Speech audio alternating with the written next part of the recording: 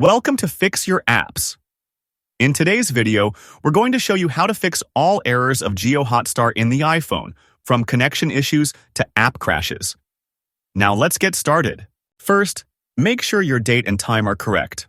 Open the Settings app on your iPhone, then tap on the search bar at the top. Type and tap on date and time. Now either set the correct date and time manually or just enable Set Automatically.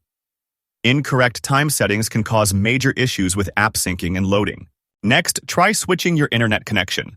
Swipe up to open the control center and turn off your Wi-Fi. Now use only your mobile data to open JioHotstar. This helps rule out any Wi-Fi restrictions or DNS issues. Once the app works, feel free to switch back to Wi-Fi. Still not working? Try toggling airplane mode. Swipe up again and tap to turn on airplane mode. Wait a few seconds, then turn it off again. This refreshes your network and may fix any connection glitches instantly. Another important step is making sure the app is updated. Open the App Store and search for JioHotstar. If you see an update button next to the app, tap it. Using the latest version ensures you have all the newest fixes and improvements. If nothing works, it's time to reset the app. Go to Settings, then tap on General.